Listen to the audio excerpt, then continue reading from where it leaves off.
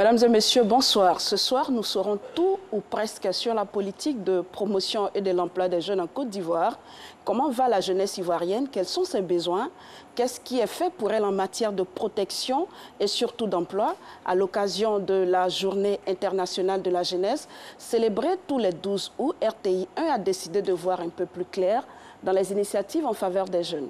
Pour en parler, qui mieux que le premier responsable de ce département, le ministre Mamadou Touré, ministre de la promotion de la jeunesse et de l'emploi des jeunes. Monsieur le ministre, bonsoir. Bonsour. Merci d'avoir répondu favorablement à notre invité. Merci de nous avoir invités.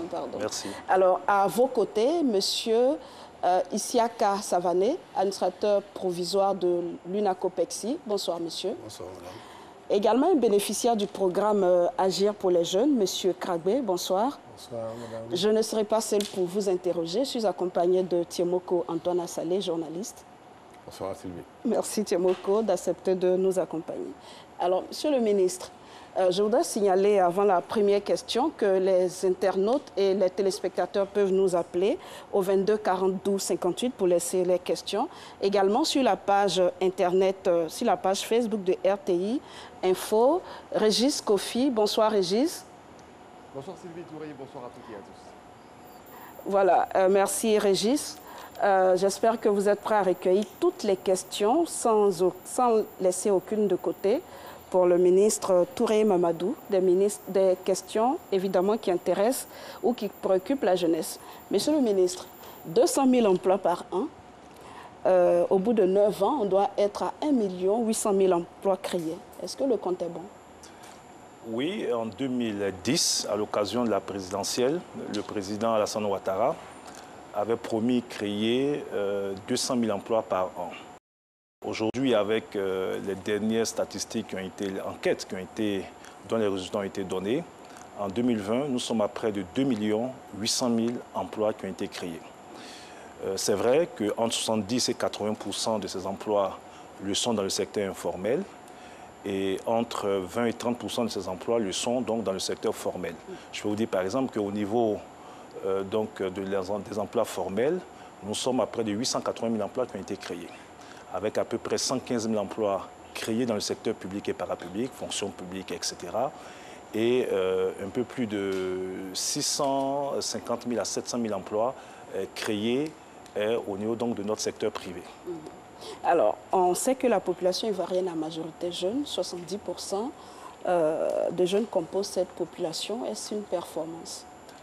Oui, c'est une performance parce que si on regarde les objectifs qui ont été fixés, vous avez dit vous-même, si on partait sur la base des 200 000 emplois créés par an, nous devions nous retrouver cette année à peu près 1 800 000 emplois. Nous sommes à un peu plus de 2 800 000 emplois générés par notre économie. On peut considérer que c'est une performance. C'est vrai qu'il y a encore beaucoup d'efforts à faire sur donc, le niveau de l'informel dans notre économie. Et donc à ce niveau, je pense qu'on reviendra dessus, le gouvernement est en train d'agir dans ce sens.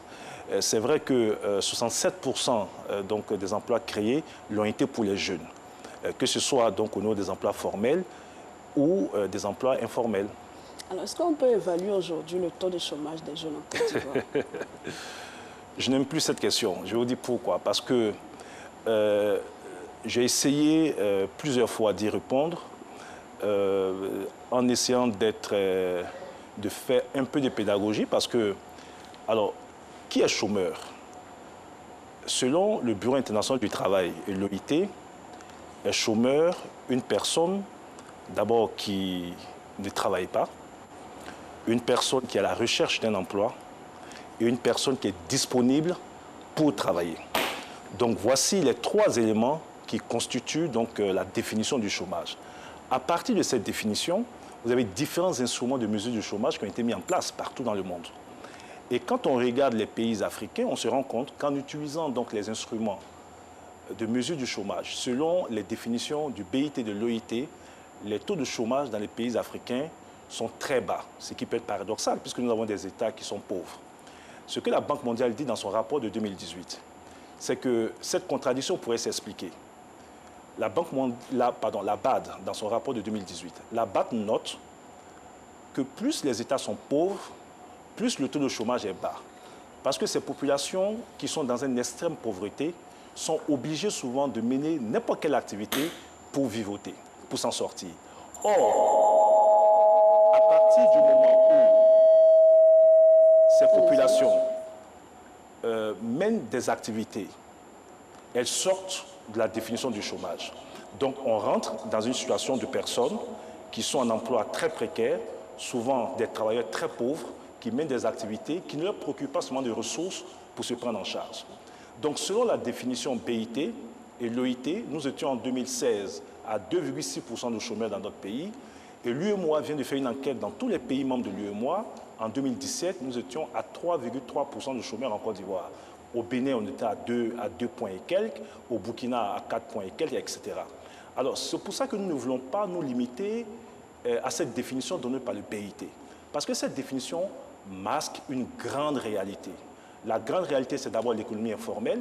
Entre 70 et 90% des travailleurs dans notre pays et dans la plupart des pays africains le sont dans le secteur informel.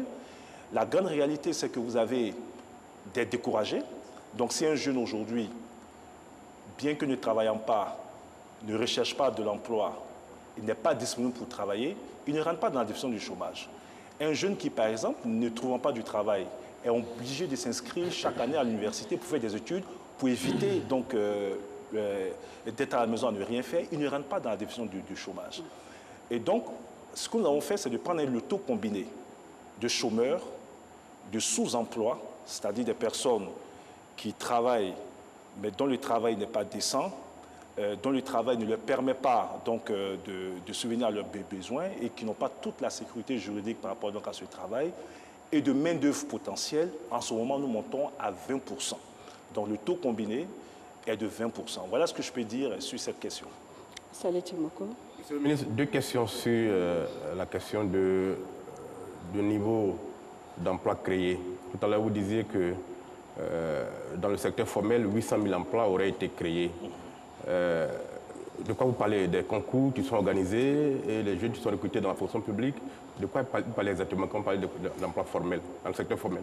Alors, lorsqu'on parle d'emplois créés dans le secteur formel, il faut regarder les emplois créés au niveau du secteur privé. Donc, ce sont les entreprises, les PME, etc. Et à ce niveau, comme je l'ai dit, nous sommes à 600, pour être très précis, à 696 764 emplois créés. Maintenant, lorsque vous prenez le secteur public et parapublic, c'est-à-dire donc la fonction publique, c'est-à-dire tous ces établissements publics nationaux qui recrutent aussi des personnes, nous sommes à 115 000 emplois créés. Mais quand on prend le secteur privé, les emplois créés dans le secteur privé, vous les quantifiez à l'actif du gouvernement ou bien à l'actif du secteur privé?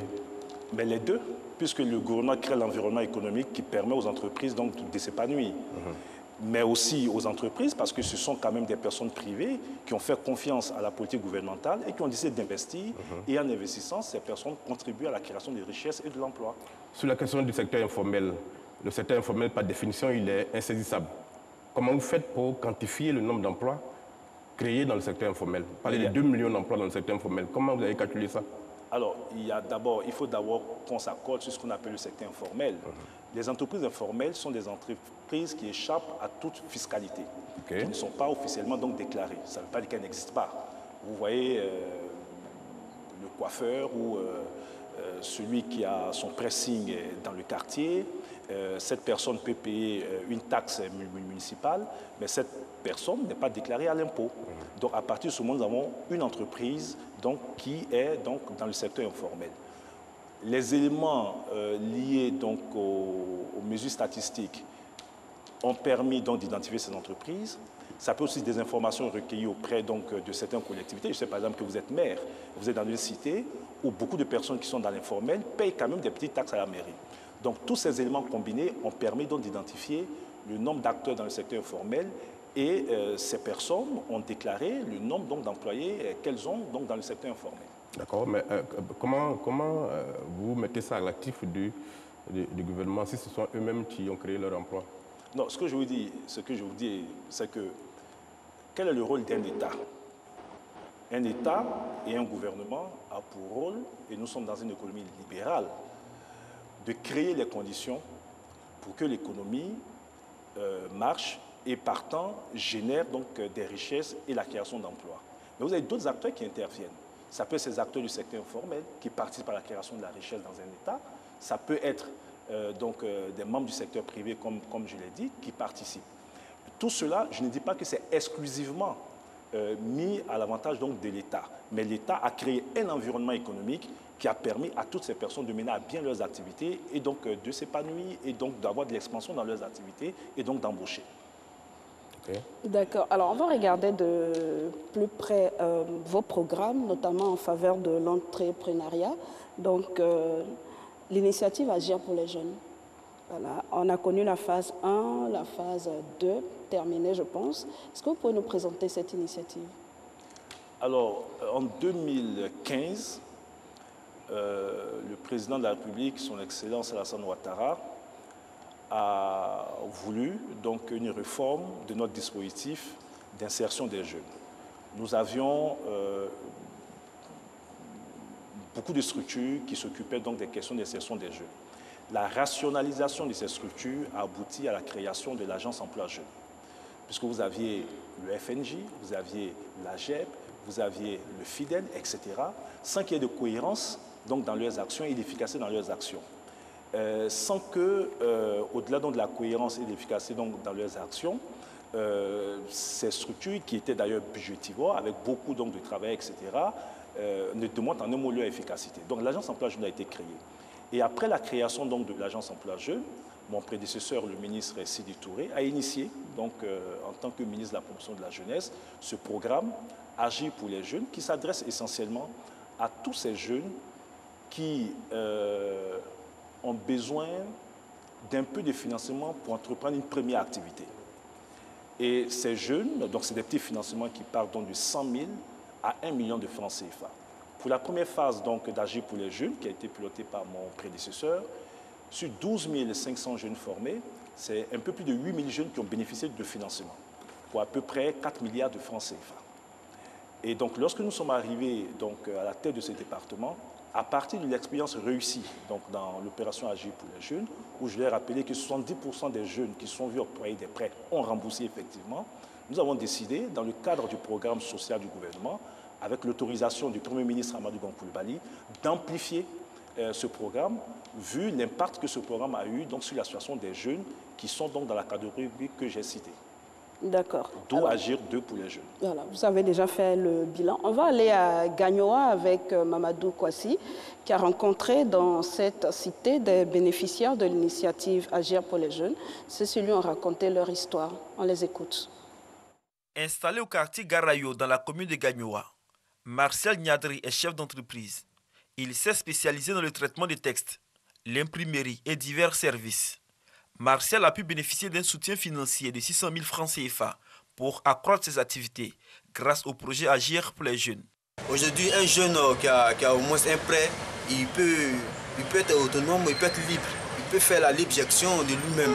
Aujourd'hui, c'est grâce à l'emploi jeune. Aujourd'hui, moi, j'arrive aujourd'hui à vaquer à mes besoins. Je ne compte pas sur quelqu'un. Aujourd'hui, vraiment, je remercie le gouvernement pour ce qu'ils font, pour les jeunes surtout. À Gagnoa ici, on sait ce qui est là à Gagnoa. Il n'y a pas trop d'entreprises, mais aujourd'hui, grâce à l'emploi jeune, on arrive au moins à faire quelque chose. Martial, qui a exercé avec un particulier, a pu s'installer à titre personnel et emploie aujourd'hui d'autres jeunes. Mais depuis quelques mois, ce chef d'entreprise a entamé la phase de remboursement du montant octroyé par l'agence emploi jeune de Gagnoa. Avec le prêt qu'ils m'ont fait, voilà, j'ai essayé de payer le matériel, tout ça là. Aujourd'hui, je travaille dans de bonnes conditions. Voilà. J'ai commencé à rembourser l'argent qu'on appelle ça fin juin. Je rembourse chaque mois, chaque 6 du mois, la somme de 55 250. Voilà, 55 250. Avec la crise, tout ça là, ben, on tient le coup. On fait avec pour pouvoir rembourser nos dettes. Tout comme lui, Mariam Bomba, coiffeuse de profession, a bénéficié d'un soutien financier de 300 000 francs CFA pour le développement de ses activités. Cette coiffeuse professionnelle emploie également 2 autres personnes et rembourse depuis juin 2020 la somme de 29 000 francs CFA mensuellement. Des trucs que je n'avais pas dans mon magasin, grâce à l'emploi jeune, j'ai vu ça. Des baies, des mèches, des casses, des sacs à main, et pas même des pannes aussi dedans. Et maintenant, pour encourager mes frères, ils ont qu'à prendre le truc au sérieux et c'est vraiment vrai. La preuve que moi j'ai eu pour moi dedans. Maintenant, ce que je vais dire, s'ils ont pris, ils n'ont qu'à faire les efforts de le rembourser. À l'Agence régionale emploi jeune de Gagnoa, c'est la satisfaction chez les bénéficiaires. Néanmoins, des attentes sont exprimées. Je suis très satisfait, mais on n'est jamais satisfait à 100%. Parce que la mobilisation, quand on invite les jeunes à participer à ces programmes, on n'atteint pas 100% de nos objectifs. On mobilise les jeunes. Quand il s'agissait du programme Agir pour les jeunes phase 2, nous avons sensibilisé toute la population. Bon, il y en a qui sont venus, mais il y a encore des sceptiques. Donc, notre problème, c'est de faire en sorte que tout le monde croit à ces programmes qui sont initiés par l'État de Côte d'Ivoire. L'Agence emploi jeune de Gagnoa a octroyé à ce jour 451 518 000 francs CFA à 850 jeunes répartis dans les 11 guichets de sa zone de compétence. Voilà, pour être plus complet sur ce sujet, je voudrais rappeler que pour la phase 2, l'enveloppe globale, c'est 9 656 793 750 pour 17 615 bénéficiaires. Quant à la phase 1, elle a enregistré 9 151 bénéficiaires pour une enveloppe globale de 3 692 691 660 francs CFA.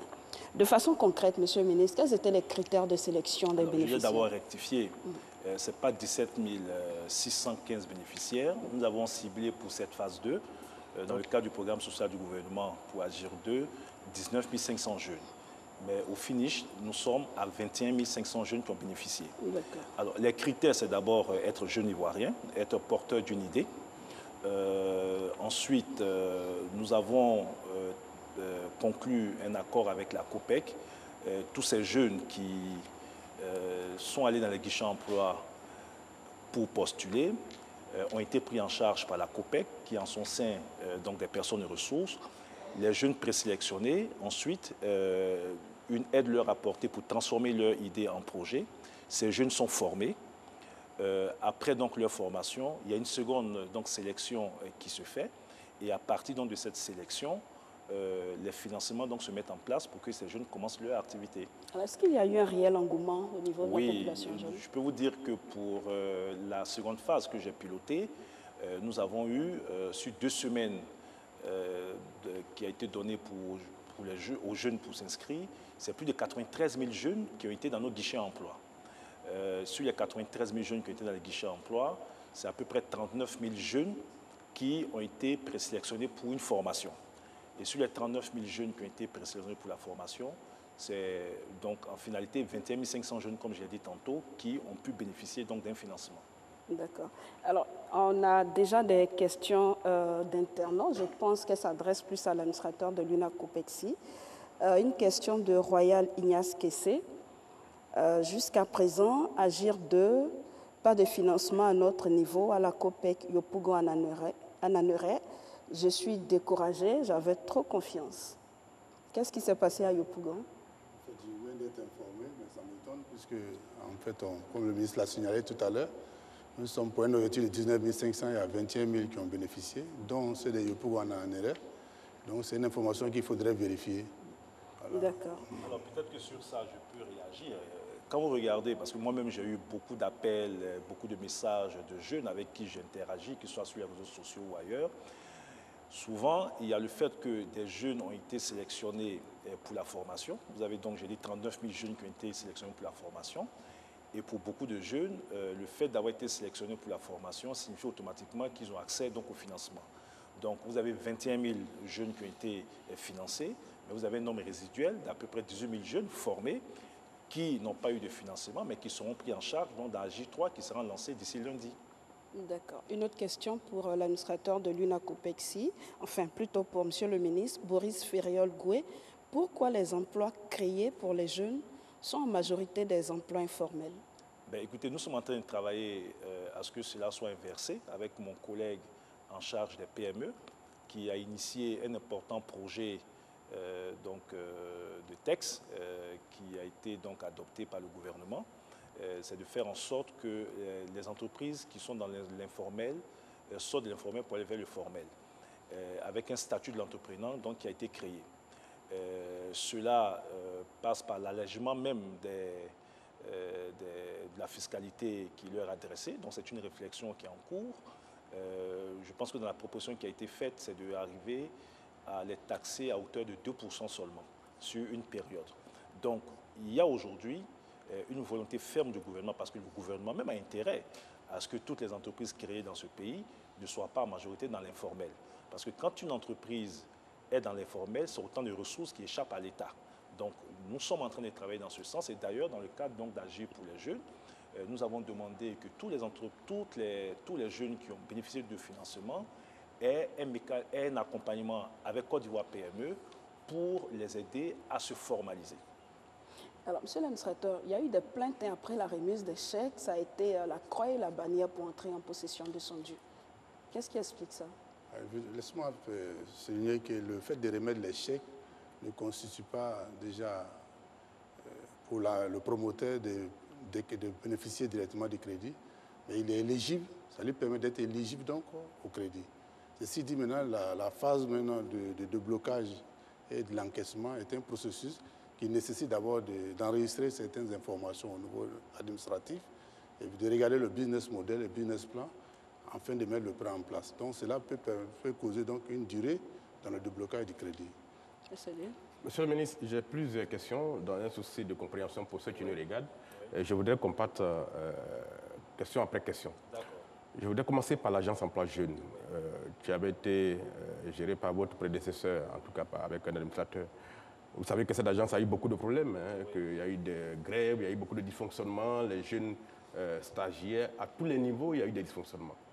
Et la première question que je voulais vous poser, c'est est-ce que quand vous êtes arrivé, vous avez fait un audit du fonctionnement de l'agence emploi jeune? Si oui, quels en ont été les résultats en termes de respect des procédures et en termes de respect des engagements? Parce qu'on sait qu'il y a eu beaucoup de communication à l'époque sur cette affaire.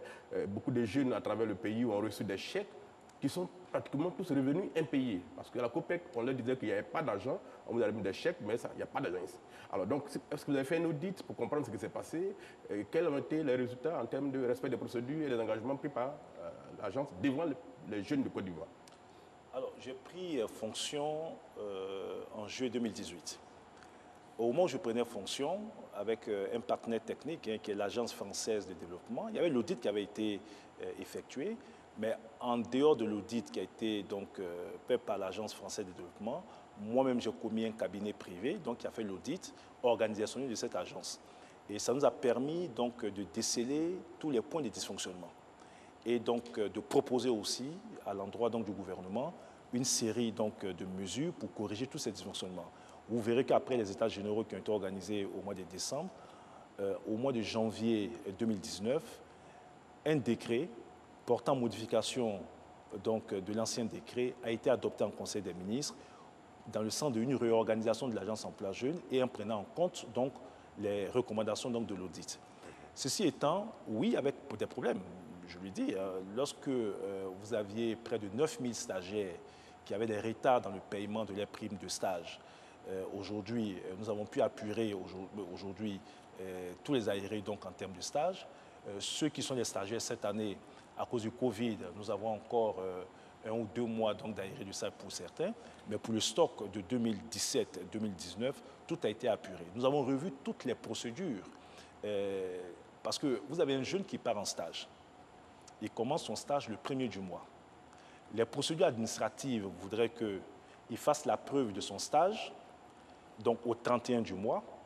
Après avoir fait la preuve de son stage, le document est transmis par l'agence régionale à l'agence mère, donc à Abidjan, qui va donc maintenant faire toutes les procédures financières, etc., avec l'agent comptable, le contrôleur budgétaire, etc. Ceux-là vont donner leur accord. Après leur accord, après que l'entreprise aussi ait certifié que le jeune a fait le stage, à partir de ce moment, on pouvait maintenant mettre en place le financement s'il y avait des ressources disponibles. Donc avec tout ce cheminement qui était trop long, vous aviez objectivement 1 mois et demi à 2 mois avant qu'un jeune qui commence un stage puisse accéder donc à ces ressources. Vous comprenez que ce n'était pas acceptable pour les jeunes eux-mêmes, puisque bon, ils sont déjà dans une sorte de précarité, ils ont besoin d'un peu de sous pour aller donc faire leur stage, etc. Nous avons allégé complètement cette procédure. Aujourd'hui, au bout de 15 à 20 jours, en accord avec l'entreprise, nous certifions que le jeune a fait son stage. J'ai décidé, moi, que le premier mois soit le premier mois de confiance. Un jeune qui commence un stage, on considère au premier mois, on lui fait confiance. Et à la fin du mois, il ne lui est pas demandé de justifier d'avoir fait le stage pour être payé. Mais au mois M+1, la preuve donc, du stage du mois précédent est nécessaire pour que le jeune soit payé. Ce qui fait qu'aujourd'hui, alors je peux vous rassurer que la plupart des jeunes qui sont en stage le sont par conscience professionnelle, font leur stage. Et nous avons réduit considérablement donc, cette procédure qui permet aujourd'hui de prendre en charge plus rapidement des jeunes. Si nous n'avions pas eu donc, cette situation donc, liée au Covid où des jeunes, malheureusement, ont dû arrêter les stages parce que les entreprises avaient des restrictions, etc. Donc il y a des réformes importantes qui ont été faites sur la gouvernance donc, de l'Agence Emploi Jeunes. Et ces réformes ont permis, au-delà donc, de la gouvernance de l'Agence Emploi Jeunes, je peux vous donner quand même un élément clé. Les agences qui ont été créées, les guichets emploi qui ont été créés dans les 201 communes, vous savez qu'à Thiès, nous avons un guichet emploi. Mais ça, je peux vous le dire aujourd'hui, venait d'un souci du Premier ministre Amadou Gon Coulibaly. Vous avez une incohérence totale que nous avons corrigée. Si vous prenez l'agence régionale de Daloa, qui couvrait le Orodougou et la Maraoué, il était demandé à un jeune qui était à Goïtafla ou à Zionoula, qui voulait accéder au premier service d'aide à l'emploi, de se déplacer jusqu'à Daloa pour accéder donc au premier service d'aide à l'emploi. Le Premier ministre nous a instruit à l'effet de corriger cette situation. Ce que nous avons fait, c'est en partenariat avec les maires que vous êtes, donc avec l'UVIC aussi, puisque nous n'avions pas seulement de ressources pour construire des agences dans toutes les villes de Côte d'Ivoire, nous avons fait un partenariat avec les mairies qui nous ont mis des locaux à disposition. Nous avons décentralisé donc, nos agences de telle sorte qu'aujourd'hui, dans les 201 communes de Côte d'Ivoire, nous avons donc des guichets emploi. Tous ces guichets sont fonctionnels, monsieur le Sur les 201 communes, nous avons 191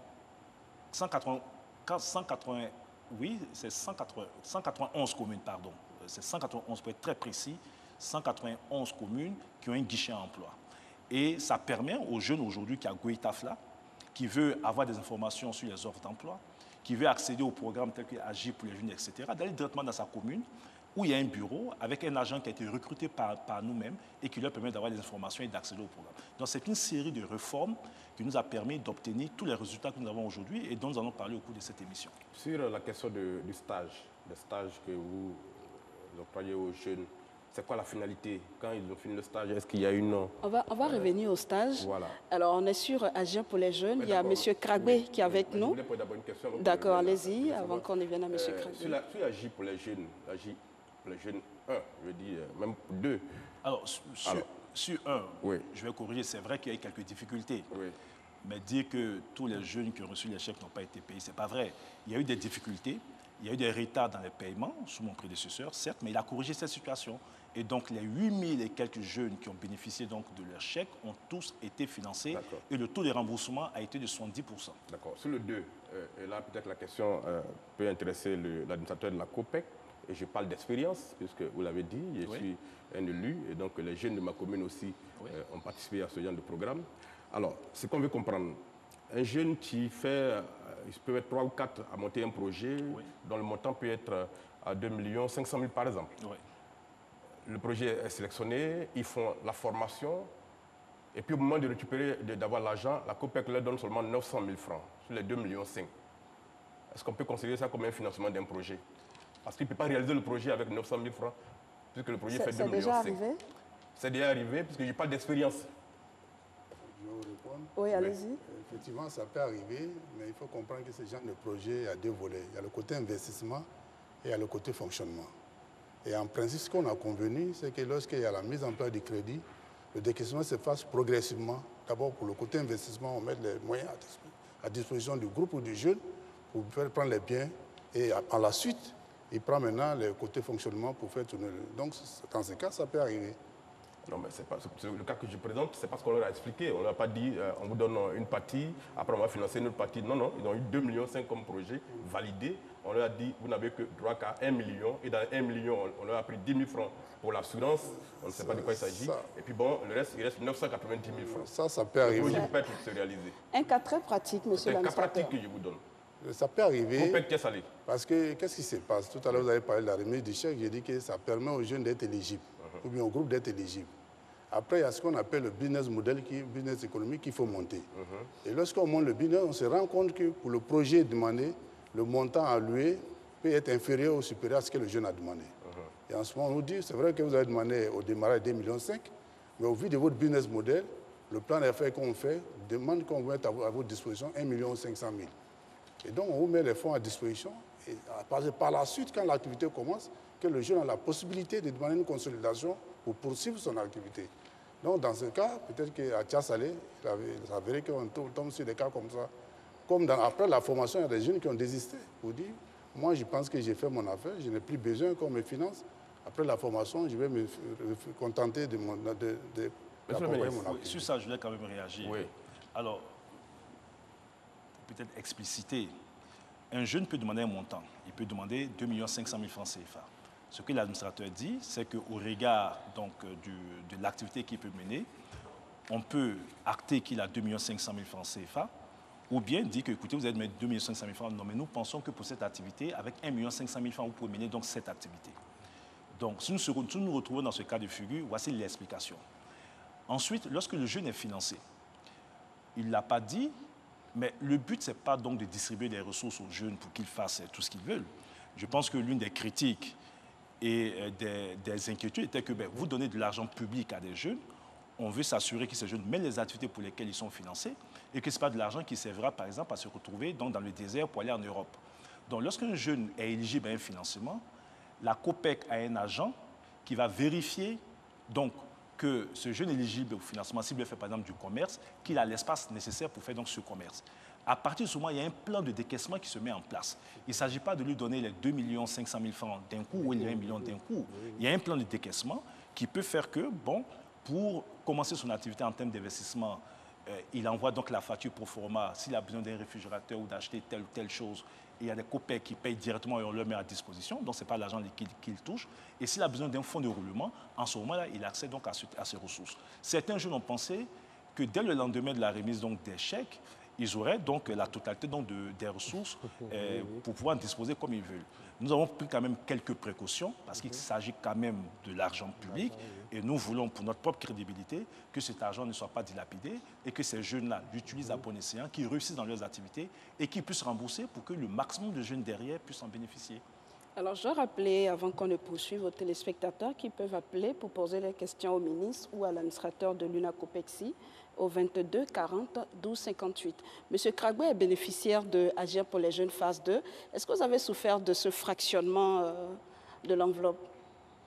Bon, souffert, vraiment, le mot est un peu très élevé. D'accord. D'abord, avant tout propos, je voulais dire merci d'abord à son Excellence le Président Alassane Ouattara qui a permis que ce projet ait lieu pour diminuer le taux de chômage ici en Côte d'Ivoire.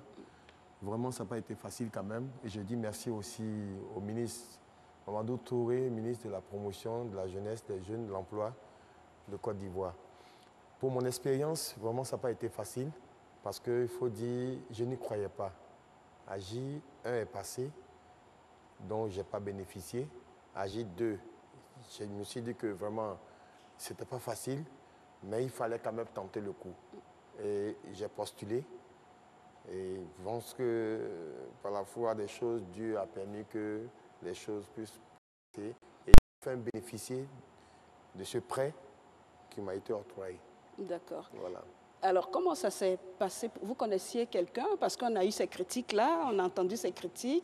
Voilà, il faut connaître quelqu'un forcément dans le circuit pour bénéficier. Certains internautes nous ont laissé ces questions-là. Pour bénéficier véritablement d'un financement, ça a été votre cas? Vous connaissiez quelqu'un dans la machine? Non. Je n'ai pas usé de mes connaissances. Parce qu'il faut dire que dès l'instant que j'ai appris cela, je me suis rendu dans l'agence emploi jeune de mon quartier. De Sipores. Donc je suis allé me renseigner, j'ai vu les critères pour être admis et automatiquement j'ai postulé. Et vous avez perçu votre enveloppe au bout de combien de temps? Bon, il faut dire que l'opération a duré, je crois, pendant 2 semaines à 3 semaines et j'ai fini par recevoir, après la présentation des chèques officiellement, à la mairie, moi j'ai reçu mon chèque. D'accord. Alors vous êtes installé dans la restauration. Comment se comporte votre activité? Oui, j'ai choisi comme métier la restauration avec une connaissance acquise. Voilà, donc je me suis lancé grâce à ce financement. j'ai pu installer moi-même mon activité qui est la restauration, dont j'en rêvais beaucoup. Et puis, j'ai aussi permis à certaines filles, à certaines personnes de venir travailler avec moi, moyennant un salaire sur le travail. Aujourd'hui, ça me permet de vivre avec ma famille. Voilà, donc aujourd'hui, je suis installé grâce à ce financement. Donc, j'ai commencé depuis à rembourser depuis un certain moment. Et à cause de la situation du Covid, vraiment, les choses ont été vraiment un peu sombres, mais ça commence à aller. Vous avez perçu 800 000 francs, c'est ce que vous aviez demandé? Oui, j'avais demandé un montant d'1 million, mais j'ai perçu que 800 000. Pourquoi? Vous avez expliqué? Bon, selon l'administrateur de la COPEC, après enquête menante, ils m'ont dit qu'il fallait aller doucement pour le financement. Parce que ça ne sert à rien de bénéficier un grand montant et puis après, bon, il serait difficile de rembourser. Mais quand j'ai fait mon devis à moi, ça excédait à cela. Parce que dans la restauration, il faut s'engager, il y a beaucoup de matériel qu'il faut payer. Voilà, donc je me suis contenté de ce qu'on m'a donné. Et Dieu merci, je commence à rembourser, ça va, tout se passe très bien. Ok, on reviendra à vous tout à l'heure. Priorité aux téléspectateurs qui ont des questions. Régis Kofi. Merci de nous rejoindre dans ce studio. Les questions liées à la jeunesse intéressent les Ivoiriens, à commencer par M. Coulibaly Bakary, qui nous appelle de Marcory. Il n'a aucune nouvelle, selon lui, du fonds de soutien aux PME. Il a déposé des dossiers en ce sens, mais pas de réponse depuis. Et lui aussi est sans réponse. M. Koné Adama dit avoir déposé ses dossiers à l'agence Emploi Jeunes. Il a suivi une formation avec d'autres jeunes à la COPEC, mais il est sans retour de l'agence depuis 4 mois maintenant. À quand les résultats des appels à projets de la période de janvier lancés par l'agence Emploi Jeunes? C'est la question de M. Kwaku Kobenan à Bouaké. Parlant toujours de l'agence Emploi Jeunes, les guichets sont de plus en plus à l'intérieur du pays, initiative saluée par M. Kwame Parfait à Soubré. Cependant, il déplore le nombre de documents à fournir. Pour lui, les personnes démunies ont beaucoup de difficultés à les réunir. Et puis, cette dernière question qui va certainement faire sourire M. Diallo Siaka à Bouaké nous apprend que son fils a le BTS en RHCOM, ressources humaines des communications.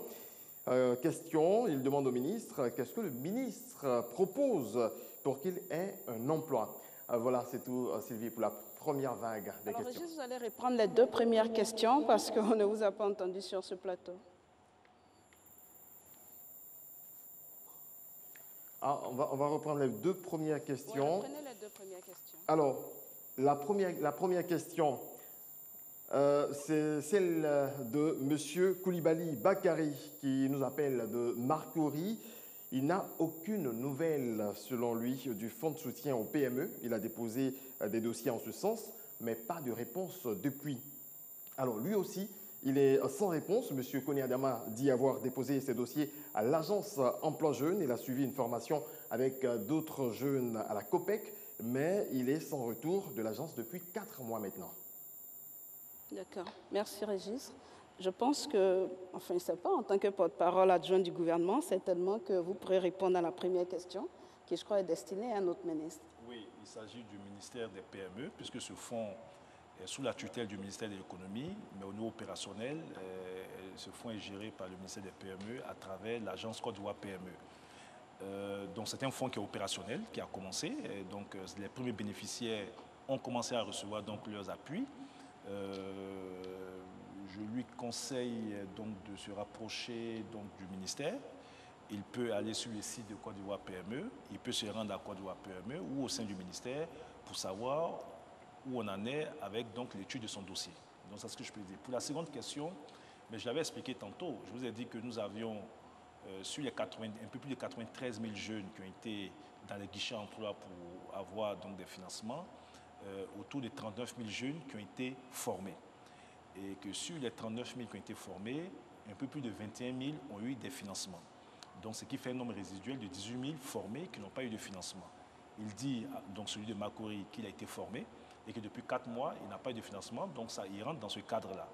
Nous allons lancer dès lundi, donc le lundi qui arrive, la phase 3 d'Agir pour les jeunes. Je pense qu'on en parlera. On en parlera. Et cette phase va prioriser, dans un premier temps, tous les jeunes qui ont été formés au niveau donc, de la phase 2, en plus donc, des jeunes qui vont postuler à niveau et qui seront pris en charge. Donc je vais lui rassurer que dès lundi, il peut se faire connaître auprès donc, du guichet emploi de Makori.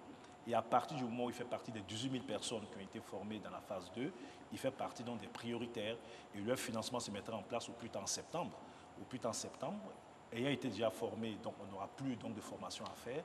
Dès septembre, les ressources seront débloquées et il pourra commencer donc, ses activités. D'accord.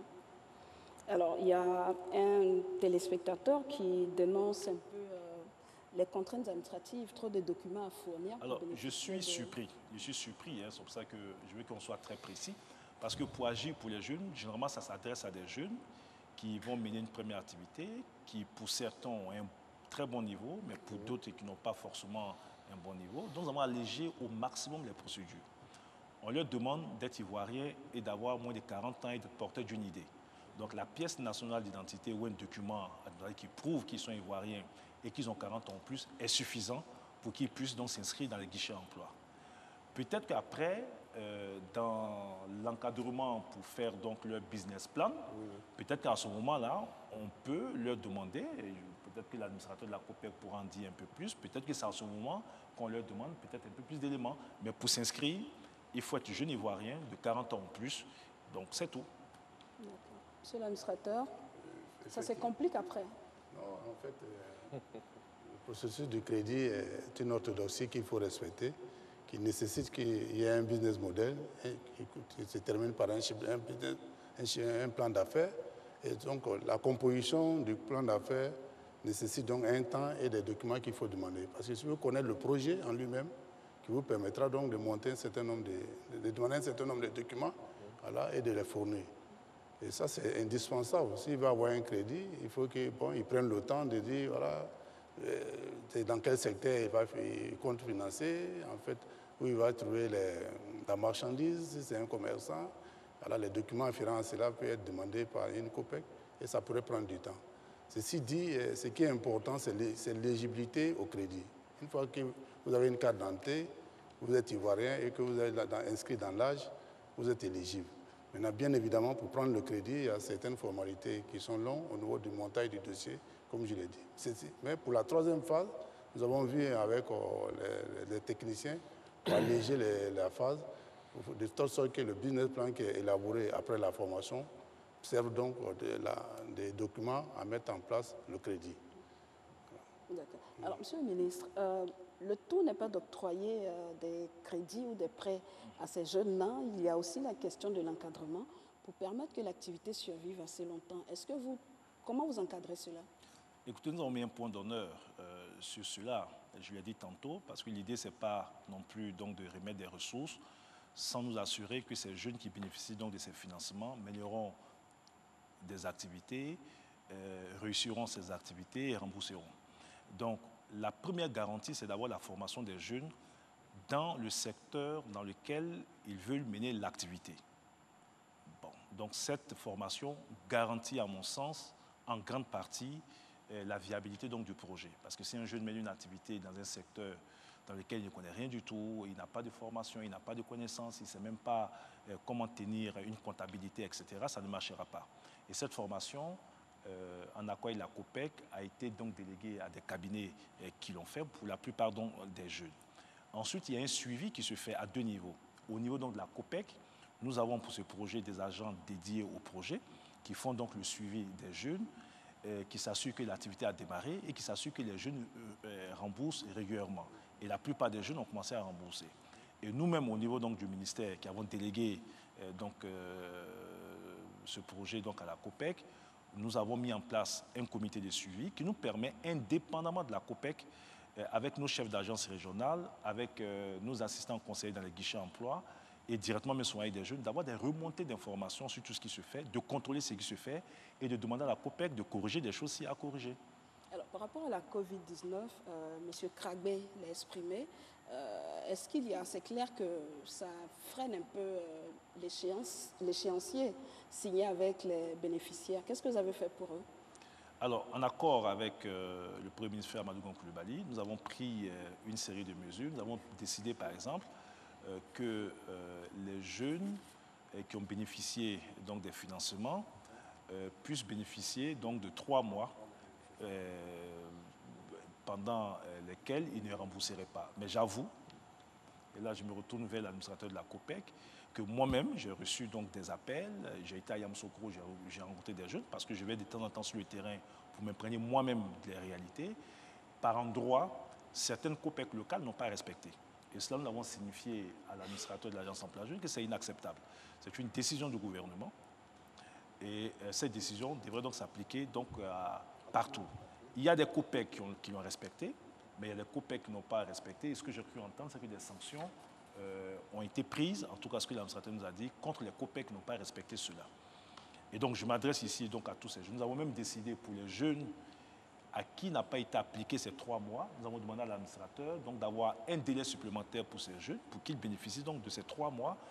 Donc ça fait partie des mesures d'accompagnement dans le cadre de la lutte contre le... D'accord. Agir pour les jeunes, c'est des financements, on va dire, 100 000 et 1 million pour les projets personnels, peut-être après un peu plus de 2 millions, au maximum 2 millions. 2,5 millions pour les 2 projets millions collectifs. pour les projets collectifs. Mais il y a aussi des jeunes qui ont des projets au-delà de cette fourchette-là. Alors, votre question est pertinente. La jeunesse n'est pas homogène. Je vais dire, on parle de jeunesse, mais vous avez plusieurs catégories de jeunes. Et l'idée, dans le cadre du programme social du gouvernement, c'est de prendre en compte, dans les réponses qui sont apportées, toutes les catégories de jeunes. Donc, pour le premier palier de financement qui part de 100 000 à 1 million pour les projets individuels et 2,5 millions pour les projets collectifs dans le cadre d'Agir, ça s'adresse donc à tous ces jeunes qui veulent entreprendre une première activité et qui ont besoin d'un peu de ressources pour intégrer le tissu économique. Nous avons un deuxième niveau de financement que nous appelons les MPE, les micro et petites entreprises. Ce sont donc des financements qui partent de 1 million à 5 millions de francs CFA. Et pour ces financements, j'ai eu à travailler avec l'Association des régions de Côte d'Ivoire pour que ces financements passent par les régions. De telle sorte que nous avons décidé de débloquer une enveloppe de 3,1 milliards, ce qui représenterait à peu près 100 millions de francs CFA par région, pour que 8 000 jeunes puissent bénéficier donc, de ces financements. Donc l'idée, c'est de mettre en place un comité donc, avec les régions, les préfets et nos démembrements dans les régions. Les projets, il y a un appel à projets dans la région. Les projets sont traités dans la région. Nous traitons avec une microfinance de commun accord avec la région dans la région et ces projets sont financés. Alors sur les 3,1 milliards, nous avons été freinés par, les financements sont disponibles, nous avons été freinés par la crise donc, du Covid. Et là, mes équipes viennent d'achever les séances de travail avec la RDCI et les structures de microfinance, puisque nous avons décidé de diversifier et d'étendre aussi à d'autres structures de microfinance. Et il y a déjà 1,1 milliard qui seront débloqués dans les jours à venir au profit donc, de certaines régions qui vont commencer donc, le financement donc, des jeunes. Ensuite, nous avons un troisième niveau de financement. Et je crois que ça reprend une des questions qui a été posée. C'est tous ces jeunes qui ont des projets structurants, des projets qui nécessitent un investissement un peu plus important. Ce sont des jeunes qui ont déjà des entreprises ou vont créer des entreprises, qui ont un niveau d'investissement beaucoup plus élevé, qui part de 5 millions de francs CFA à 50 millions de francs CFA. Et l'un des téléspectateurs l'a dit, depuis le mois de janvier, nous avons fait un appel à projet. Normalement, ces financements devaient se mettre en place au mois d'avril. La sélection a été faite, présélection à notre niveau. Ensuite, la banque partenaire a fait une analyse financière de l'ensemble des projets, a donné son accord sur un certain nombre de projets. À partir de cela, il y a un comité de certification au sein de l'Agence Emploi Jeune qui se réunit avec l'Agence Emploi Jeune, mais tout expert qui a une connaissance donc, dans le domaine pour lequel le jeune demande un financement. Au bout de ce processus, des jeunes ont été présélectionnés. Donc je suis heureux d'annoncer aujourd'hui que samedi à l'Hôtel Ivoire, samedi soir, les premiers jeunes sélectionnés vont recevoir leur chèque pour à peu près 800 millions de francs CFA. Et ça leur permettra donc d'entreprendre. Et là, c'est vraiment de vrais entrepreneurs qui ont un besoin de financement un peu plus élevé. C'était la question de Nguessan Fidèle Ocho exactement. Pour les financements de projets comprenant 5 millions et 50 millions, nous n'avons pas encore été contactés. J'espère pour lui qu'il a été contacté pour recevoir son chèque ce samedi. En tout cas, s'il n'a pas été contacté cette fois-ci, ce n'est pas grave, parce que nous avons présélectionné en fonction, parce que la banque partenaire doit nous dire que le projet est bon et il est viable. Donc tous les mois, à partir donc, de ce samedi, tous les projets qui sont dans le pipe seront traités et tous les mois, il y aura des remises de chèques donc, à des jeunes qui veulent donc, entreprendre. Agir pour les jeunes 3 rapidement là-dessus, pour qui et à partir des camps, comment ça va se dérouler très rapidement avant qu'on ne passe à partir de lundi, parce que dans le cadre du programme social du gouvernement, c'est 131 000 jeunes qui devaient être traités. Nous avons traité 21 500 jeunes. Nous avons encore 110 000 jeunes à traiter donc, dans les mois et années à venir. Donc, Agir pour les jeunes 3 commence lundi avec sa première phase. Donc, c'est 10 milliards de francs CFA qui seront encore débloqués. Et ces 10 milliards vont permettre de traiter 23 000 jeunes d'ici le mois de septembre. Et au fur et à mesure, donc, il y aura d'autres étapes d'Agir pour les jeunes 3 jusqu'à ce que nous atteignions donc, les 110 000 jeunes pour à peu près 49 milliards de francs CFA. Deux questions, Monsieur le ministre, dont une est adressée certainement à l'administrateur de la COPEC. C'est l'indisponibilité des chiffres qui sont annoncés. Je suis journaliste, mais en même temps, je suis élu local. Et je suis dans l'incapacité de savoir aujourd'hui combien de jeunes de ma commune à Tia-Salé, et j'imagine que c'est le cas pour plusieurs autres collectivités, ont bénéficié de financements pour le programme Agir 2. La COPEC que nous avons approchée n'a pas été capable de nous fournir un document sur lequel on peut avoir le nombre de jeunes qui ont bénéficié de financement. L'agence emploi jeune qui est logée dans l'enceinte de la mairie, elle-même n'est pas capable de fournir au maire le document qui permet au maire de savoir combien de jeunes de sa commune ont bénéficié. Comment on peut expliquer ça? Alors, moi, ça m'étonne, parce que j'ai donné instruction et ça a été fait. Alors, ce que vous devez comprendre, c'est qu'entre le mois de janvier et le mois de mars, nous avions des cérémonies de remise de chèques. La dernière cérémonie a eu lieu le 16 mars à Gagnoa. Les listes des jeunes étaient publiées dans la dynamique donc, de ces cérémonies. Et après, donc, les financements se mettaient en place avec les déblocages, etc. Après, donc, le 16 mars, 16-17 mars, avec les mesures qui ont été annoncées par le Covid, nous avons arrêté toutes les cérémonies. La question se posait de savoir, est-ce que nous pénalisons les jeunes qui sont dans les autres communes, à peu près 25 régions, et qui n'ont pas eu de financement? Est-ce que ces jeunes devaient attendre des cérémonies? Non. Donc, j'ai demandé, je donne des instructions pour que ces jeunes, en dehors des cérémonies, soient effectivement financés et que tout se mette en place. Et j'ai demandé que dans tous les guichets emploi, la liste de ces jeunes soit publiée. Donc, normalement, à la mairie à l'agence emploi de Tia-Salé, la liste de l'ensemble des jeunes qui ont bénéficié du financement sont financés et sont publiés. Si vous allez à l'agence et que la liste n'est pas publiée, c'est une faute. Et mon responsable, donc, dans le guichet emploi, va rendre compte. Parce qu'au nom de la transparence, parce que nous avons voulu aussi gagner la bataille de la confiance, vous avez écouté beaucoup de jeunes, il a dit lui-même, beaucoup de jeunes ne croyaient plus en nos dispositifs. Ils avaient le sentiment que c'était donc des ressources qui étaient manipulées entre personnes qui se connaissaient. On a écouté un leader de parti politique dire que ces ressources étaient destinées à des jeunes appartenant à un parti politique. C'était totalement inacceptable pour moi. Le président de la République et le Premier ministre ont mis en évidence l'importance de l'égalité des chances. Et je dis que j'attache et j'ai attaché une grande importance à la transparence de ce processus. Et la transparence, c'est la communication et la publication sur tout ce qui se fait. Donc je vous demande de revérifier si la liste n'est pas publiée. En ce moment, oui, mon agent va me rendre compte, mais a priori, toutes les listes ont été publiées. Donc En tout cas, avant que je monte sur le plateau, il n'y avait pas encore cette liste dans ma mairie. Deuxième question. Peut-être pas à la mairie, mais peut-être même à la COPEC. Peut-être à la plateforme des services, oui, où est logé le guichet emploi, normalement, la liste... Mais ceci étant... Le guichet emploi est revenu à la mairie. Oui, mais ceci étant, je vais vous faire une concession.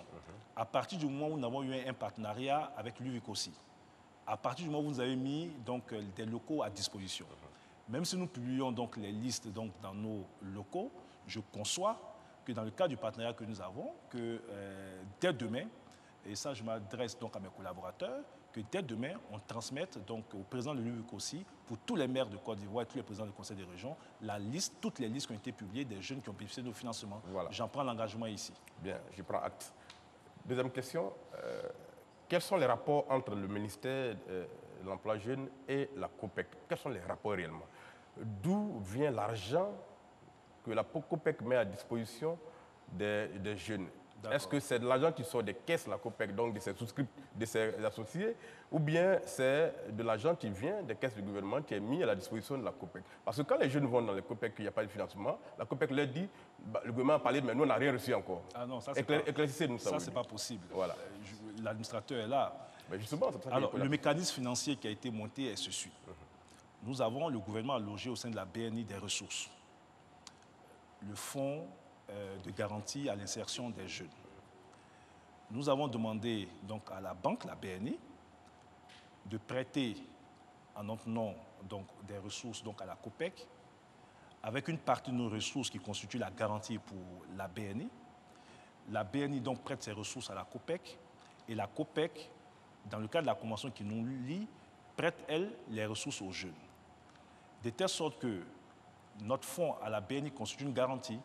Si la COPEC avait des difficultés à rembourser donc, ses ressources, c'est donc notre fonds qui allait souffrir donc, au niveau donc, de la BNI.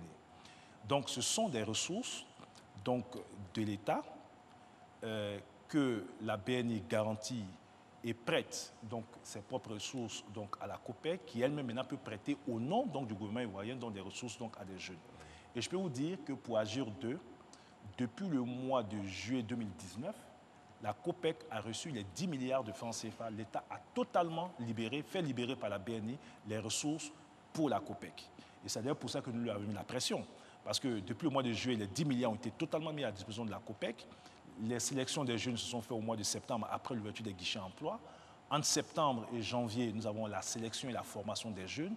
Et à partir du mois de janvier 2020, vous avez suivi sur l'ensemble du territoire, nous avons commencé donc, le financement des jeunes avec les remises des chèques. Alors, Monsieur le ministre, l'entrepreneuriat n'est pas l'option de toute la jeunesse. Certains sont en quête d'un premier emploi salarié et on leur confronte très souvent la fâcheuse exigence de l'expérience professionnelle. Comment vous réglez ça?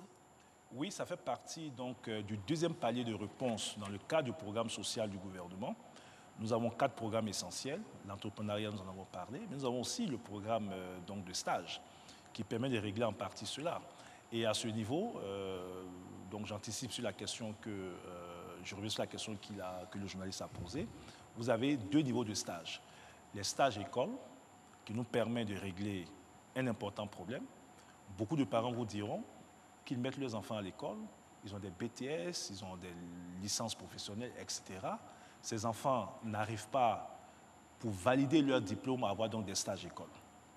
La réponse apportée par le gouvernement est de faire en sorte que dans le cadre du programme social du gouvernement, tous les jeunes qui ont un besoin de stage de validation des diplômes puissent avoir donc l'opportunité. L'Agence Emploi Jeunes collecte les offres de stage auprès d'entreprises. Je voulais ici saluer toutes ces entreprises citoyennes qui nous accompagnent. Lorsque l'offre correspond aux besoins du jeune, le jeune est mis en stage. Et pendant la période de stage qui dure 3 mois, il reçoit un pécule de 15 000 francs CFA par mois. Pour en venir à votre question, pour régler l'épineuse question du manque d'expérience professionnelle, le président Alassane Ouattara, en 1992, avait initié les programmes d'aide à l'embauche qui permettaient donc à des jeunes sans expérience professionnelle d'acquérir une première expérience professionnelle en entreprise avec un accompagnement de l'État et au bout donc, de justifier d'une expérience professionnelle qu'ils pourraient donc mettre en évidence un peu partout. C'est ce que nous appelons, nous, les stages de qualification. Nous avons reconduit le programme qui a été initié par le président Alassane Ouattara, Premier ministre d'alors, en 1992, et qui a bien marché.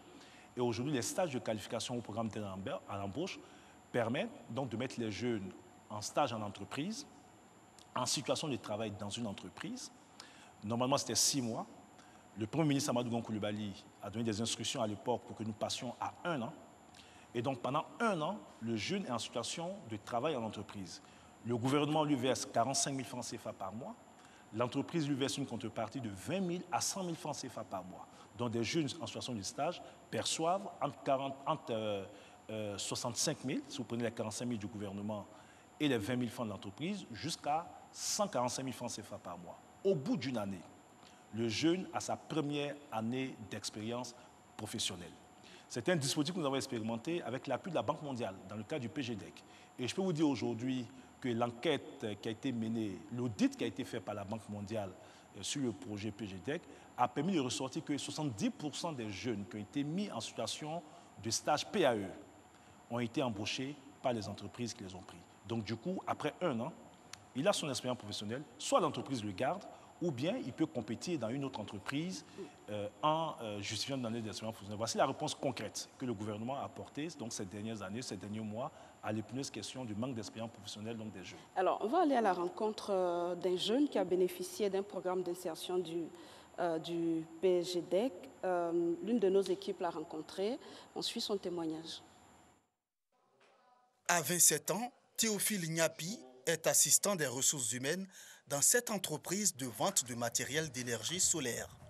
Son poste, le jeune homme le doit à son inscription sur le site du PGDEC, le projet emploi jeunes et développement des compétences. J'ai intégré la compagnie en 2018 suite à une annonce que j'ai retrouvée sur EduCarrière qui m'a redirigé sur la plateforme emploi jeunes. J'ai donc postulé et on m'a appelé pour un entretien, à la suite de quoi j'ai été retenu pour un stage de 6 mois. Après les 6 mois, au vu de mes performances, on m'a donc pris comme technicien ressources humaines pendant 1 an.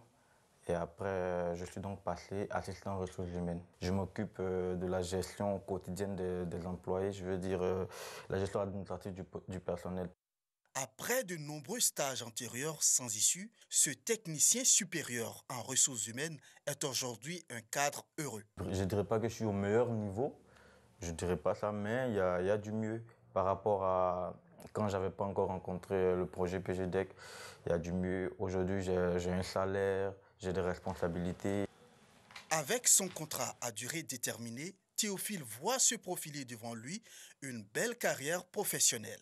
Et pourtant, lui aussi, comme plusieurs jeunes, avait douté de la crédibilité du PGDEC. Comme tout Ivoirien sans emploi, je veux dire, on entendait dire que quand tu ne connais pas quelqu'un, tu n'as pas d'emploi. Bah, aujourd'hui, moi, je peux dire que c'est faux. La preuve, je ne connaissais personne à PEG, je ne connais personne à emploi jeune. J'ai tenté ma chance, j'ai postulé et j'ai été retenu. Donc, cette appréhension-là, elle est complètement erronée, quoi. Voilà, on va encore retourner au téléphone avec Régis Kofi qui a enregistré des questions de téléspectateurs et également d'internautes. Monsieur Sama Narcisse à Boisflé a un projet, mais difficile pour lui de le rédiger puisqu'il n'a pas été à l'école. Est-ce qu'il y a une assistance pour résoudre son problème? La question qu'il pose. Kofi Justin nous appelle Doumé. L'âge pour le financement des projets est limité à 40 ans. Lui, il en a plus. Il souhaite que le ministre repousse cette limite à 55 ans. Et puis, nous avons quelques questions des internautes sur la plateforme RTI Info. Paul Newman-Quadio, comment expliquer le départ massif des jeunes Ivoiriens vers la Méditerranée? Et puis, Ibrahim Khalil Karamoko, pourquoi Agir pour les jeunes ne sélectionne pas directement dans les centres de formation professionnelle, de sorte que les étudiants diplômés puissent s'installer à leur compte? C'est tout pour cette deuxième vague des questions. Alors, on va vous demander de reprendre les questions, Régis. Alors, on reprend toutes les questions. À commencer par Monsieur Sama Narcisse à Boisflé. Il a un projet, mais difficile pour lui de le rédiger puisqu'il n'a pas été à l'école. Est-ce qu'il y a une assistance pour résoudre son problème? La première question qu'il pose. Alors, Kofi Justin nous appelle Doumé. L'âge pour le financement des projets est limité à 40 ans. Lui, il en a plus. Il souhaite que le ministre repousse cette limite à 55 ans. Et puis, nous avons deux questions des internautes sur la plateforme RTI Info. Paul Newman-Quadio, comment expliquer le départ massif de la jeunesse ivoirienne vers la Méditerranée? Et on termine avec Ibrahim Khalil Karamoko. Pourquoi Agir pour les jeunes ne sélectionne pas directement dans les centres de formation professionnelle, de sorte que les étudiants diplômés puissent s'installer à leur propre compte? C'est tout. Voilà pour la deuxième vague des questions. Merci Régis. Monsieur le ministre. Alors, sur la rédaction du projet par donc la personne qui n'aurait pas donc, de niveau, alors il y a deux choses. Si c'est au niveau donc de Agir pour les jeunes, je pense que la COPEC donc prend en charge donc cette préoccupation. Donc la COPEC a en son sein donc, des personnes ressources qui accompagnent les personnes, même quand elles ne savent pas lire et écrire. Et je peux vous dire que beaucoup de personnes qui ont bénéficié d'Agir pour les jeunes ne sont pas forcément des jeunes qui savent lire et écrire. D'accord. Bon, alors, on va donc demander à M. Narcisse Sama de se rapprocher de la COPEC de Boisflé. Voilà. Alors, pour M. Justin qui veut qu'on repousse l'âge à 55 ans, je pense que si je le fais, les jeunes vont m'en vouloir. Déjà, on est jeune en Côte d'Ivoire lorsqu'on a entre 16 et 35 ans. Et à cause des crises que nous avons connues, nous avons pu donc repousser jusqu'à 40 ans l'âge pour accès au financement. Mais je peux lui dire que lorsqu'il s'agit de projets collectifs et que ce projet collectif regroupe plusieurs personnes et que parmi ces personnes, il y a des jeunes, même s'il y a des moins jeunes, nous finançons. Donc si M. Justin est dans un projet collectif, et dans ce projet, il y a des jeunes qui ont 40 ans au plus, ils peuvent bénéficier donc de financement et en ce moment-là, ils bénéficieraient indirectement de financement à cause de ces jeunes qui sont dans le projet collectif. Mais pour les projets individuels, il faut avoir 40 ans en plus. Et je peux vous dire que 40 ans en plus, c'est un effort qui a été fait par le gouvernement parce que nous avons des partenaires techniques et financiers qui souhaitent qu'on respecte donc l'âge de 35 ans. Nous avons dû batailler compte tenu des crises que nous avons connues et du fait que certains jeunes, malheureusement, ont subi ces crises et ce qui n'est pas de leur faute. Nous avons souhaité leur donner un peu de chance pour leur permettre donc d'accéder à des financements. Alors pourquoi il y a le départ massif des jeunes vers la Méditerranée? Je pense que c'est une question centrale qui mérite un vrai débat. La question, l'idée qui est mise en avant, c'est de dire que bon, la précarité dans laquelle se trouvent les jeunes, la pauvreté dans laquelle se trouvent les jeunes, la situation du pays expliquerait donc le départ. Alors que nous avons un pays qui, dans un environnement sous-régional, a quand même une embellie économique et certains verraient donc une incohérence entre les performances économiques présentées et le départ des jeunes. Mais lorsqu'on va en profondeur, madame, lorsque vous regardez le rapport qui a été fait par l'OIM, la plupart des jeunes qui vont à l'extérieur ont un revenu moyen de 200 000 francs CFA par mois. Vous avez des jeunes ici qui ont des financements de 800 000 francs CFA, mais qui arrivent à faire des activités, ils arrivent à s'en sortir. J'ai rencontré des jeunes à Yamoussoukro, notamment un jeune qui, dans le cadre de nos programmes, a pu avoir 1 million de francs CFA. Il avait lui-même un peu de ressources, il a fait son taxi. Et il me dit, monsieur le ministre, j'ai un bénéfice de près de 10 000 francs CFA par jour. Vous avez cette dame que j'ai rencontrée qui vend son pain Kita, qui a eu un financement d'à peu près 900 000. Et qui me dit, monsieur le ministre, pendant les jours de fête, je ne vais pas jusqu'à 200 000, mais aujourd'hui, avec la situation difficile, souvent, c'est 20 000, 30 000 francs par jour. Lorsque vous regardez en profondeur, moi, je suis quand même élu de Daloa, je suis député de Daloa, qui est considéré comme la première ville de départ, mais je me suis intéressé à la question. J'ai parlé avec des jeunes, j'ai parlé avec les familles, mais il y a un problème culturel. Au-delà donc des questions économiques et autres que je ne veux pas forcément nier, mais beaucoup de jeunes vendent leurs affaires, leurs fonds de commerce pour partir. Vous avez des familles entières qui poussent leurs enfants à partir. Et ça, donc, la question, à mon sens, doit être traitée à 3 niveaux. La sensibilisation, donc expliquer aux jeunes qu'avec tout le dispositif que nous sommes en train de déployer ici, et Dieu sait que nous avons des exemples, je suis heureux qu'aujourd'hui nous via la télévision, des jeunes qui sont restés, qui ont eu des financements, qui mènent des activités et qui réussissent. Donc c'est possible. Donc la sensibilisation. Et les sensibiliser sur les méfaits de la traversée du désert. Ensuite, la répression. Parce que ces jeunes sont souvent victimes des filières mafieuses d'exploitation. Et heureusement que le gouvernement a pris énormément de mesures, même au niveau donc des frontières, pour limiter donc, cette action. Et puis enfin, il faut accroître nos offres, les opportunités pour que tous ceux qui restent puissent donc bénéficier de financement. Et c'est ce à quoi nous attelons tous les jours. Alors pour les centres de formation, j'ai été moi-même, avant d'être ministre de l'Emploi des Jeunes, j'ai été secrétaire d'État à la formation professionnelle. Lorsque je suis arrivé à la tête du département de la jeunesse et de l'emploi, il y a une incohérence que j'ai voulu corriger. Vous avez chaque année 10 000 diplômés à peu près qui sortent de nos centres de formation professionnelle, qui sont formés dans des métiers. Et ces jeunes ont souvent du mal à avoir donc des stages, ont du mal à avoir donc du boulot. Vous avez une agence emploi jeune, donc ces jeunes, dont les formations sont payées par l'État de Côte d'Ivoire. Et vous avez une agence qui s'appelle l'agence emploi jeune, dans laquelle l'État met énormément de ressources pour régler le problème donc, de l'insertion des jeunes avec les stages, les emplois salariés, etc. Je dis, mais il est incohérent de ne pas créer une corrélation entre l'investissement de base que l'État fait dans la formation de ces jeunes et l'investissement que l'État met dans l'agence emploi jeune. Donc, j'ai demandé à l'administrateur de l'agence emploi jeune que de façon prioritaire, ce sont les jeunes qui sortent des centres de formation professionnelle qui doivent bénéficier de nos programmes de stage. Ça sert à quoi d'aller donner des stages en entreprise à un jeune qui fait anglais, qui fait espagnol, etc.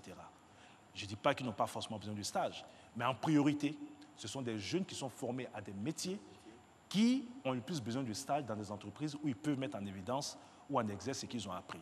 Donc sur ça, c'est ce que je peux dire. Pour le reste, pour les financements, ça s'adresse à tous les jeunes. Donc si vous êtes un jeune dans un centre de formation professionnelle, selon que vous remplissez les conditions pour l'un des 3 paliers de financement, mais approchez-vous de l'agence emploi jeune, mettez-vous ensemble ou individuellement pour aller présenter votre projet et en tant que jeune ivoirien, vous serez financé. D'accord. Monsieur le ministre, donc vous dites que vous avez lancé AJ2, c'est fini, AJ3 prend effet prochainement. Démarre lundi. Vous avez fait l'état de financement pour AJ2, AJ3. C'est quoi l'amélioration que vous voulez apporter dans AJ3? Bon, déjà, réduire tous les délais. Vous avez vu que pour un financement, en tout cas, nous, on a mis les ressources dès le mois de janvier à la disposition donc, de la COPEC, le mois de juillet 2019. Les jeunes ont été sélectionnés au mois de septembre, formés entre octobre, novembre et décembre. Et c'est à partir de janvier qu'on a commencé à mettre en place les financements, donc presque 6 mois. Ce que nous disons aujourd'hui, c'est que dès le lundi prochain, et les publicités devraient commencer dès ce soir ou demain à la télévision nationale, les jeunes sont invités à se faire connaître auprès des guichets emploi. Et tous les jeunes viendront donc avec leur dossier. Et les jeunes présélectionnés, donc on a tout le mois d'août jusqu'à la mi-septembre pour la présélection donc de ces jeunes. Pour ceux qui sont déjà formés, ils auront directement dès le mois de septembre la mise en place donc, de leur financement. Pour ceux qui ne sont pas formés, c'est des petites formations qui partent donc de 3 jours à 1 semaine. Ils seront pris en charge donc, dans la formation et dès le mois d'octobre, ils auront donc leur financement. Donc nous avons essayé de travailler la COPEC pour corriger tous les dysfonctionnements que nous avons constatés dans AJ. Vous savez, je peux vous dire, par exemple, des jeunes se sont plaints ils se sont plaints du fait qu'au bout du financement, il y a certains jeunes qui ne sont pas du programme donc Agir, mais qui ont eu des financements. Il s'avère qu'au niveau donc, de quelques COPEC, il y a eu des confusions, puisque la COPEC, par vocation, prête donc des ressources à des jeunes. Il y a eu, donc, dans quelques COPEC, pas toutes les COPEC, des confusions entre les jeunes ou des personnes qui viennent normalement à la COPEC et ceux d'Agir. Mais chaque fois que nous avons été saisis avec l'administrateur, cette situation a été corrigée. Mais comment on vérifie, c'est la dernière question sur la question, comment on vérifie que les ressources que vous avez mises à disposition de la COPEC dans le programme AJ2, comment on vérifie qu'elles ont été intégralement reversées aux jeunes et qu'il n'y a pas eu de retenues au niveau de la COPEC?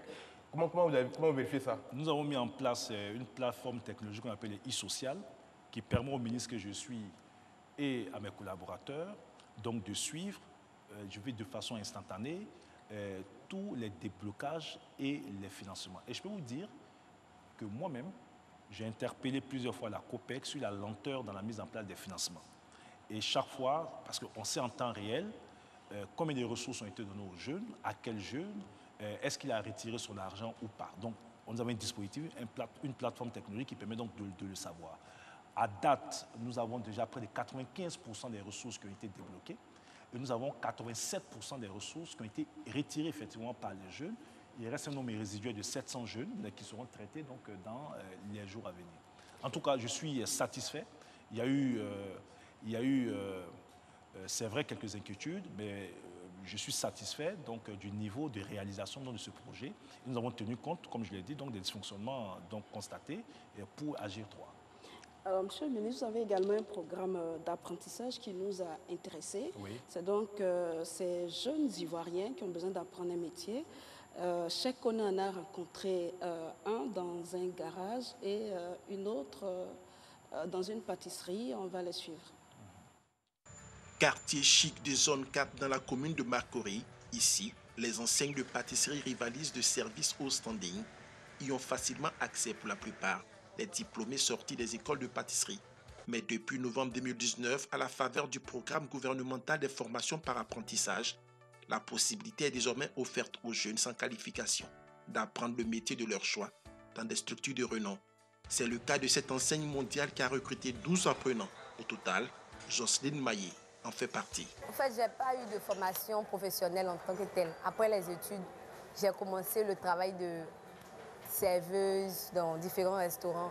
Quand j'ai aimé le métier, j'ai voulu me faire former pour avoir un diplôme professionnel. C'est pour ça que je suis partie vers AGFOB et Emploi Jeune aussi. Voilà bientôt 7 mois que Jocelyne exerce dans cette pâtisserie à 23 ans après qu'elle a arrêté ses études en classe de seconde et sans aucune qualification. À son arrivée ici, Jocelyne se dit aujourd'hui prête à affronter le marché du travail. Je peux affirmer même que j'ai été formée. Je savais faire 2 ou 3 trucs en restauration avant, puisque j'ai appris sur le terrain. Mais ici, c'est le service professionnel qu'on fait. J'ai appris tellement de choses ici. Pour les gens qui n'ont pas de moyens, qui veulent se faire former, qui veulent avoir un bon travail et tout, l'emploi jeune est vraiment bien. C'est à la suite de son inscription sur la plateforme de l'agence Emploi Jeune que Jocelyne a bénéficié de ce programme d'apprentissage qui va concerner à terme 10 000 jeunes dont l'âge varie entre 15 à 30 ans. Comme elle, Aboulaye Koné, âgé de 20 ans, en a lui aussi bénéficié. Ce matin, il est en plein apprentissage du démontage de la roue d'une berline. Plein de choses ont changé dans ma vie.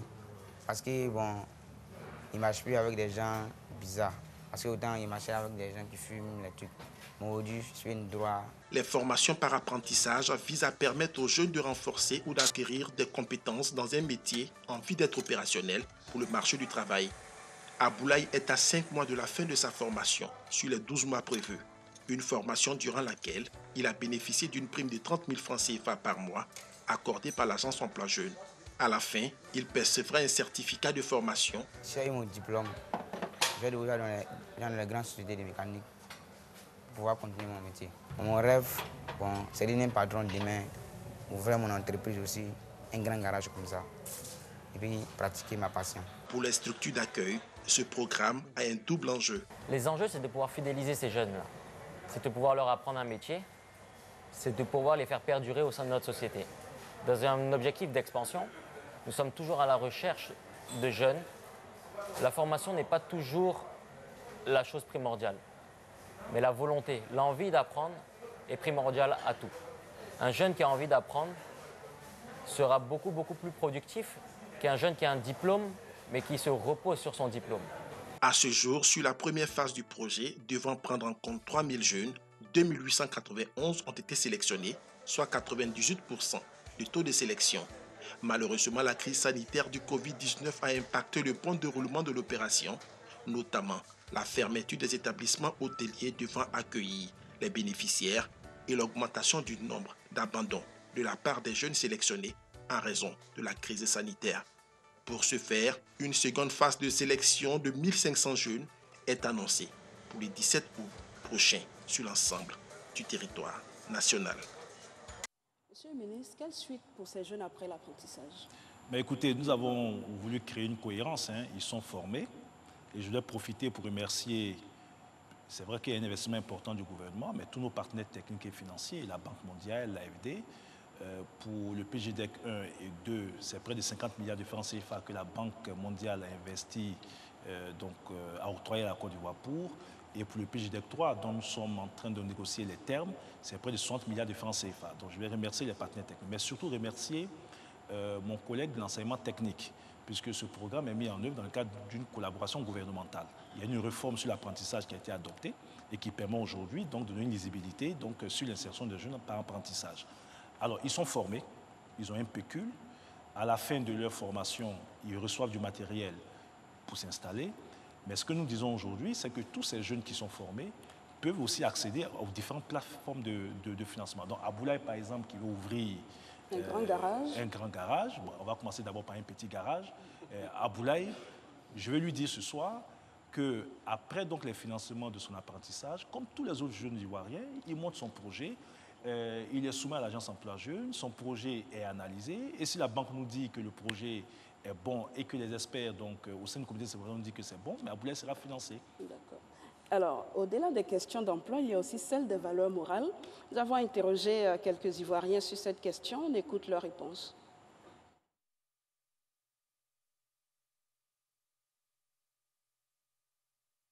La jeunesse aujourd'hui est nettement moins respectueuse, a moins de valeurs morales que celle des temps précédents. Il y a eu les mouvements donc, de démocratie et autres qui ont entraîné un peu plus de liberté et donc un peu plus de désordre. Et malheureusement, donc, la jeunesse d'aujourd'hui est nettement, déjà au niveau de l'éducation, des connaissances et aussi au niveau du respect des anciens, du respect des institutions. C'est très difficile d'avoir un contrôle. L'État essaie d'instituer l'éducation civique. Je pense que c'est très important. La famille a sa responsabilité, bien entendu, parce que l'éducation commence déjà au niveau de la cellule familiale. Le broutage, ce n'est pas une bonne chose. On ne peut pas brouter pour dire qu'on travaille. Mais on ne peut rien. Tu es à la maison, tu ne sais même pas que ton enfant est brouteur. Il sort, il vient, tu lui demandes « Ah, il y a quoi? Ah, j'arrive. Ah, qu'est-ce qui se passe ?» Tu ne sais pas. C'est les voisins qui ont pitié de toi qui vont te dire que voilà le travail que ton enfant fait. Qu'est-ce que tu vas faire? S'il ne travaille pas, il est à la maison, d'après lui, il travaille comme ça. Pour que les choses deviennent comme avant, on doit essayer de stabiliser les naissances. Parce que quand tu as trop d'enfants, tu n'as pas le temps pour les éduquer. Bon, au moment que nous, on vivait avec les parents, on était jeunes, on respectait beaucoup. Même dans le bus. Aujourd'hui, là, tu es âgé que tu es avec un jeune qui a au moins 18 ans ou bien 12 ans. Vous montez dans le bus, il préfère s'asseoir puis s'occupe pas. L'éducation, c'est bon, très différent. C'est pas si c'est la civilisation chez eux. Bon, la modernisation, je ne sais pas. Bon, moi aussi, je me demande aussi. Si tu as eu à mettre ton enfant au monde, et il faut lui dire, il faut l'élever de la façon que tu as été élevé. Même si il a eu un comportement plus dangereux, c'est toi le père qui doit, ou bien la mère, qui doit faire asseoir ton enfant pour lui faire comprendre la vie d'aujourd'hui. Les jeunes d'aujourd'hui, ils sont plus emportés par, comment on appelle, la convoitise. C'est-à-dire, l'argent les intéresse plus. De telle sorte que c'est celui qui a l'argent qui est considéré. Voilà, même si tu es même le père qui te les a mis au monde, si tu n'as pas les moyens financiers, tu es toujours, tu n'es pas considéré. Voilà, donc c'est ce petit côté-là qui me fatigue un peu. Parce que nous, à notre temps, ce n'est pas l'argent. On voyait l'amour du père. Même dans sa souffrance, on le respectait. Mais aujourd'hui, les jeunes n'ont plus de respect. Il y a beaucoup de changements. Avec les réseaux sociaux, quand ils rentrent dans ces masses-là, ils ne cherchent pas véritablement la moralité de la masse. C'est-à-dire que c'est l'image qui les intéresse. Ils appliquent l'image qu'ils voient. Or, par rapport à une image, il y a toujours la moralité qui suit. Alors, on a entendu les avis de certains Ivoiriens et le dernier intervenant a indexé les réseaux sociaux. Notre reporter Didier Nguessin est allé à la rencontre, on va dire, d'un phénomène des réseaux sociaux qui s'est converti à l'entrepreneuriat. Dougou Tigui, qu'est-ce qu'il est devenu? Réponse dans cet élément. Un bâtiment d'élevage d'une capacité de 1000 poulets, un forage en construction, 2 chambres de couchage équipées en énergie solaire, un magasin de stockage d'aliments, un tricycle pour les livraisons, le tout sur un terrain d'un hectare payé et enregistré au nom de Koyi Boou Yves Macial, connu sous le sobriquet de Dougou Tigui. Nous sommes sur la ferme de celui dont la vidéo a fait le buzz sur la toile il y a plus d'1 an.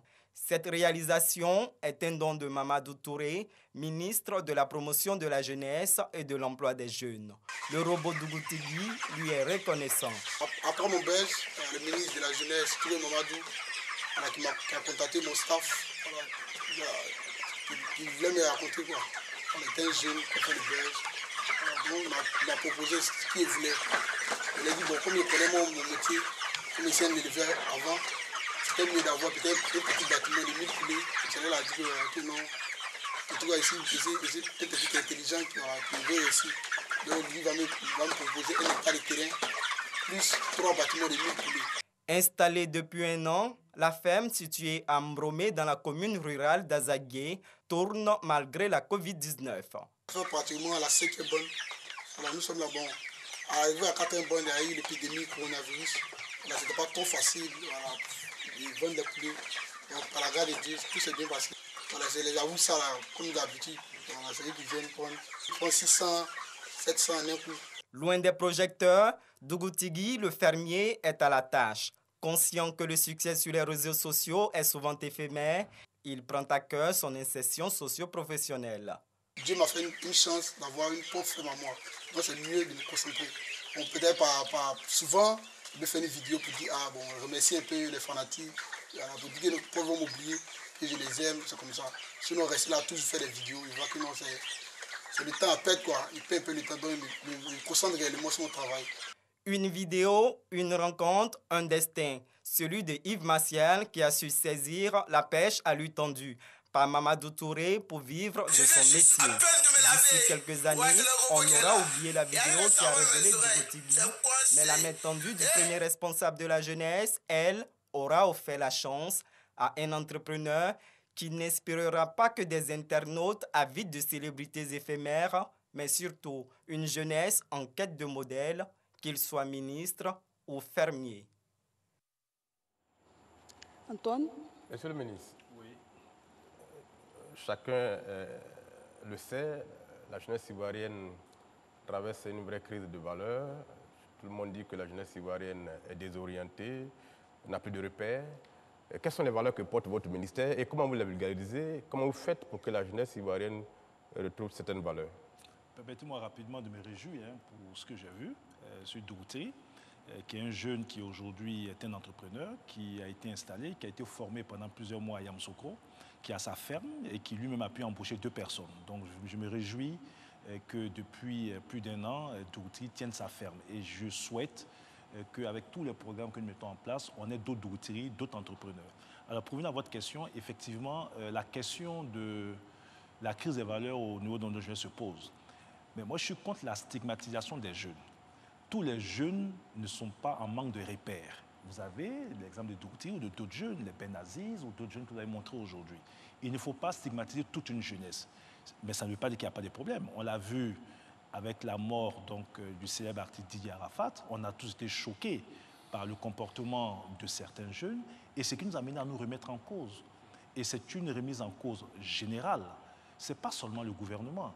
Le gouvernement fera donc ce qu'il a fait, tant au niveau donc de l'éducation, tant au niveau donc de la sensibilisation à travers nos ministères, ministère de la jeunesse, ministère de la femme, de la famille, etc., tant au niveau sécuritaire. Vous avez vu comment nous avons agi pour freiner le phénomène donc des éperviers et comment des fumoirs ont été détruits partout à Abidjan pour réduire le phénomène donc des enfants microbes, etc. Mais il y a la responsabilité des parents. Il y a une démission des parents, et ça il faut qu'on le dise. Ces jeunes sont à l'image de la société, de leurs parents, de l'éducation qu'on leur donne. Mais il y a aussi le rôle de la société civile. Toutes ces organisations qui existent, qui doivent aussi aider donc, à la sensibilisation, à l'encadrement de ces jeunes. Donc pour moi, c'est une vraie question qui mérite un vrai débat. Où en sommes-nous aujourd'hui? Où nous voulons aller demain? En tout cas, au niveau gouvernemental, le chef de l'État a une vision claire. Celui donc de faire en sorte que nous ayons un Ivoirien nouveau. Vous allez conclure en même temps, Monsieur le ministre. Oui, un Ivoirien nouveau et un Ivoirien donc, qui intègre un certain nombre de principes et de valeurs. Et c'est un travail donc, permanent que nous allons faire. Alors pour conclure, je voudrais d'abord vous remercier pour l'opportunité que nous offrez à la veille donc, de la Journée internationale des jeunes pour expliquer les acquis donc, de la gouvernance du président Ouattara depuis 2011. Et au sortir de cette émission, ce que je veux qu'on retienne, c'est qu'il y a des choses concrètes qui ont été faites. Nous allons peut-être améliorer la communication autour donc, de nos actions. Et je vais dire aux jeunes qui souvent sont gagnés par le découragement et par l'intoxication. Ils ont la preuve aujourd'hui à travers tout ce qu'ils ont vu que nous avons des dispositifs qui fonctionnent et qui marchent. Il y a certainement peut-être des points d'amélioration.